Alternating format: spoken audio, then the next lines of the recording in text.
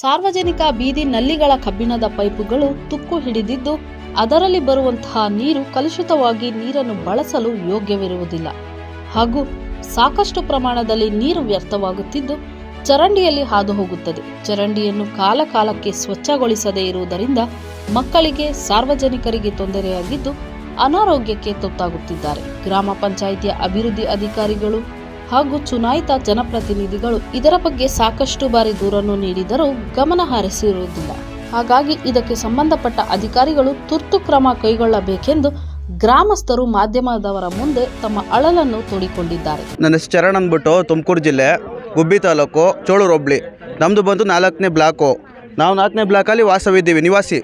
ಇಲ್ಲಿ ಏನು ಸಮಸ್ಯೆ ಇದೆ ಅಂದರೆ ಸತತವಾಗಿ ನಮಗೆ 4 ವರ್ಷದಿಂದನೂ ನಮ್ಗೆ ಯಾವ ವ್ಯವಸ್ಥೆನೂ ಇಲ್ಲ ಸರ್. ಇಲ್ಲಿ ನೋಡಿದ್ರೆ ಇದು ಕರೆಕ್ಟಾಗಿ ನೀರು ಬರಲ್ಲ, ಒಂದು ಚರಂಡಿ ವ್ಯವಸ್ಥೆ ಇಲ್ಲ. ಇಲ್ಲಿಗೆ ಇಲ್ಲಿಂದ ಅಂದರೆ ನಮ್ಮ ಚೋಳರಲ್ಲಿ ಏನೇನು ಇದೆಯೋ ಪ್ರತಿಯೊಂದು ಚರಂಡಿ ನೀರು ನಮ್ಮ ಏರಿಯಾ ಮುಖಾಂತರ ನಮ್ಮ ಏರಿಯಾಕ್ಕೆ ಬಂದು ನಿಂತ್ಕೊಳ್ಳೋದು. ಯಾರು ಕಿವಿಗೆ ಹಾಕೋಣಲ್ಲ, ಮೆಂಬರ್ಗಳು ಕಿವಿಗೆ ಹಾಕೋಣಲ್ಲ. ನಾವು ಅಂದರೆ ಕಡ್ಗಾಣಿಸ್ತಾರೆ ಈ ಊರಾಗ ಮಾತ್ರ ಕರೆಂಟ್ ಕಂಬಕ್ಕೆ ಒಂದು ಕಂಬಕ್ಕೆ 20 ಕಲೆಕ್ಷನ್ ಇದ್ದಾವೆ. ರಾತ್ರಿ ಹೊತ್ತು ಕುಂಟ್ರು ಓಡಾಡಿದ್ರೆ ಭಾಳ ತೊಂದರೆ ಆಗುತ್ತೆ. ಇಲ್ಲಿ ಕಸ ಕಡ್ಡಿಯಿಂದ ಹುಡುಗರಿಗೆಲ್ಲ ರೋಗ ರುಜಿನಿಗಳು ಬೇಕಾದಷ್ಟು ಬರ್ತವೆ. 20-30 ಸಾವಿರ ಖರ್ಚಾಗೋಷ್ಟು ಕಾಯಿಲೆಗಳು ಬಂದಿದ್ದಾವೆ.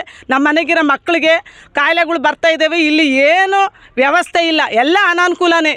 ಅನುಕೂಲ ಅನ್ನೋದು ಮಂಡಲ್ ಪಂಚಾಯತಿಯಿಂದ ನಮಗೇನು ಮಾಡಿಲ್ಲ ಸರ್. ನೀವು ಈ ಮುಖಾಂತರ ನಮಗೆ ಏನನ್ನ ಅನುಕೂಲ ಮಾಡಿಕೊಡ್ಬೇಕು.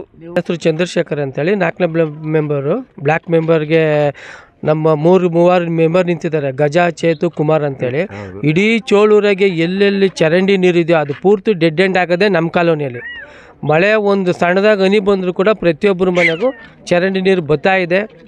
ಸಾಲದಕ್ಕೆ ವಾರಕ್ಕೊಂದು ಸತಿ ನೀರು ಬಿಡೋದ್ರಿಂದ 1 ಅವರ್ 2 ಅವರ್ ನೀರು ಬಿಡ್ತಾರೆ. ಅದರಲ್ಲೂ 50 ಸತಿ ಫೋನ್ ಮಾಡಿದಾಗ ಮಾತ್ರ.